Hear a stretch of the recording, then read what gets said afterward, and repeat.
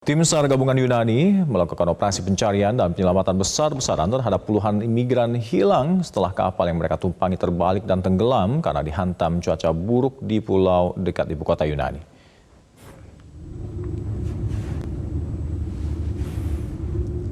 Ombak menerjang kapal patroli penjaga pantai selama pencarian dan penyelamatan malam hari. Operasi penyelamatan dirilis penjaga pantai Yunani menunjukkan sekelompok kecil orang berdiri di atas batu di bawah tebing yang meminta bantuan. Penjaga pantai ini mengatakan 9 orang selamat telah ditemukan di sebuah pulau tak berpenghuni di selatan Pulau Evia dan telah dijemput kapal penjaga pantai. Kepada pihak berwenang, para penyintas ini menyebut ada sekitar 68 orang ketika kapal tenggelam yang berlayar dari Izmir, Turki. Operasi penyelamatan terhambat cuaca buruk Selat Gaviria atau antara Pulau Evia dan Andros yang menjadi lokasi kapal tenggelam ini memang terkenal berbahaya.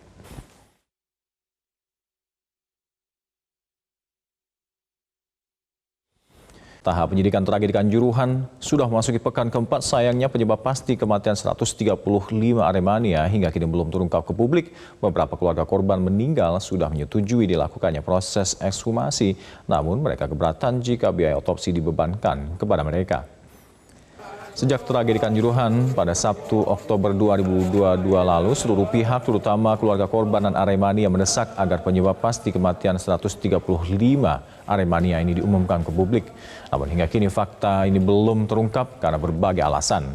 Pada lembar surat kematian yang dikeluarkan pihak rumah sakit saat serah terima jenazah korban kepada keluarga tak disebutkan penyebab kematiannya. Kondisi ini menjadi pertanyaan dari keluarga korban dan masyarakat. Jumlah ahli waris tragedi Kanjuruhan akhirnya mengizinkan anggota keluarganya untuk diekshumasi. Namun mereka keberatan jika biaya otopsi dibebankan kepada mereka. Tahapan ekshumasi rencananya akan digelar Sabtu 5 November 2022 mendatang.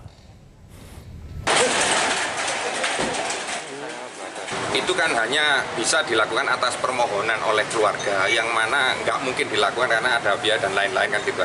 Tentunya otopsi itu hanya bisa dilakukan oleh penyidik atas kebutuhan dalam bukti penyidikan kan itu.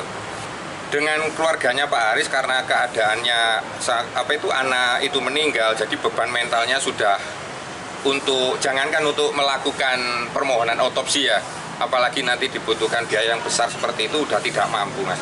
Jadi saya kira beban-beban seperti ini bisa kita bebankan kepada negara ataupun organisasi-organisasi besar yang punya kepentingan untuk kemaslahatan. DPW Partai Nasdem Sumut kembali melaksanakan rapat konsolidasi dalam menyambut kedatangan Anies Baswedan ke Sumatera Utara. Puluhan ribu relawan dan kader dipastikan akan mengikuti silaturahmi kebangsaan bersama Anies Baswedan. Sementara itu Nasdem Sumatera Barat kebanjiran bacalek pasca dideklarasikan Anies Baswedan sebagai capres. Ketua DPW Nasdem Sumut Iskandar ST menyampaikan tercatat ada sebanyak 96 simpul relawan Anies Baswedan di Sumut siap untuk menyambut kedatangan Anies. Gelaran silaturahmi akbar bersama Anies Baswedan direncanakan berlangsung pada tanggal 4 dan 5 November mendatang yang akan dihadiri oleh tokoh masyarakat dan lintas agama serta diikuti oleh 50.000 relawan dan kader yang tersebar di sejumlah titik di Sumatera Utara. Puncak acara tersebut akan dilaksanakan di Istana Maimun dengan diikuti 20.000 relawan dan kader sesuai kapasitas lokasi.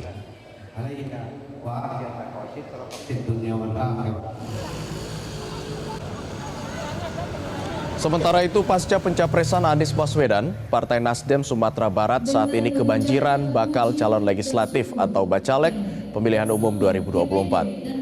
Puluhan kader partai lain masih aktif lompat pagar bergabung ke Partai Nasdem. Menurut Ketua Bapilu Partai Nasdem Sumatera Barat, Irwan, mengatakan sejumlah nama dari kader partai lain telah menyatakan bergabung ke Partai Nasdem. Mereka ada yang masih duduk di legislatif dan pengurus di partainya. Mereka menilai Partai Nasdem lebih mantap dan maju jika dibandingkan dengan partai lainnya.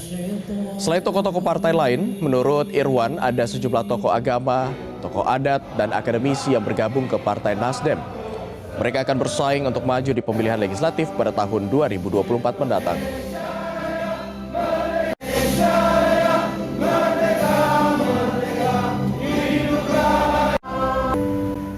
Sementara itu pemirsa, ratusan santri dan Nahdliyin di Sleman, Yogyakarta mendeklarasikan dukungannya untuk Ganjar Pranowo menjadi Presiden Republik Indonesia periode 2024 hingga 2029 mendatang. Kalangan Nahdliyin di Sleman, Yogyakarta membentuk relawan yang mereka sebut sebagai Santrine Abah Ganjar, mendeklarasikan dukungannya bersama dengan kegiatan Istighosah. Meski menyadari belum pernah bertemu dengan Ganjar Pranowo, namun mereka percaya Ganjar yang saat ini menjabat sebagai Gubernur Jawa Tengah adalah sosok yang tepat memimpin Indonesia menggantikan Presiden Joko Widodo. Mereka menilai Ganjar bukan hanya sosok nasionalis tetapi juga religius dan dekat dengan kalangan santri dan Nahdliyin.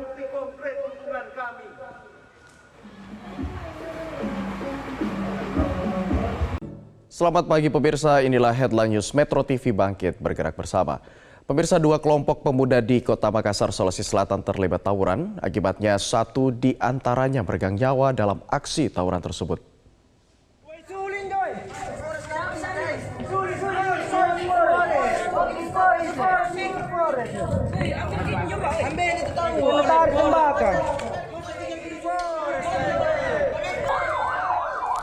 Dua kelompok pemuda di Jalan Sinasara, Lorong 4 pada Rabu dini hari tadi terlibat saling serang dengan menggunakan batu serta busur panah hingga senjata tajam dan benda tumpul lainnya. Akibatnya satu pemuda tewas bersimbah darah. Zul yang berusia 19 tahun tewas dalam tawuran tersebut karena hantaman benda tumpul hingga mengakibatkan luka sobek di bagian wajah hingga kepala. Korban sempat dilarikan ke UGD Rumah Sakit Bayangkara Makassar, Sulawesi Selatan untuk mendapatkan perawatan medis, namun nyawanya tidak tertolong. Saat ini jenazah korban tewas tersebut telah disemayamkan di ruang jenazah Rumah Sakit Bayangkara Makassar untuk keperluan otopsi guna mengetahui pasti penyebab meninggalnya korban. Sementara di lokasi tawuran, situasi sudah mulai kondusif. Dugaan sementara tawuran merupakan lanjutan dari tawuran beberapa waktu sebelumnya.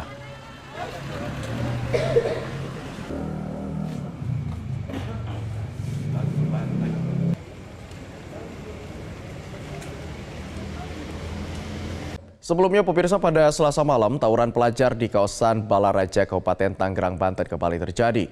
Kali ini dua orang pelajar terluka hingga nyaris kehilangan lengan akibat terkena sabetan celurit. Warga yang panik membawa kedua pelajar ini ke RSUD Balaraja untuk penanganan medis. Pelajar yang terkena sabetan celurit di lengan saat tawuran ini terkulai lemas di sebuah toko penjual alat tulis di kawasan Balaraja, Kabupaten Tangerang, Banten pada Selasa malam. Khawatir kehabisan darah, warga membawa dua pelajar yang nyaris kehilangan lengan dan kehilangan jarinya ini ke Rumah Sakit Umum Balaraja untuk mendapatkan penanganan medis. Sementara polisi dari Polsek Balaraja yang datang ke lokasi kejadian langsung melakukan olah tempat kejadian perkara dan memeriksa beberapa warga di lokasi kejadian. Warga yang berada di lokasi mengatakan sebelumnya terlihat tawuran antar dua kubu pelajar dengan menggunakan senjata tajam jenis celurit berukuran besar di pinggir jalan raya. Tidak lama kemudian dua pelajar yang terkena sabetan celurit tiba-tiba berlari ke toko alat tulis dan toko miliknya untuk bersembunyi dari kejaran pelajar kelompok lainnya.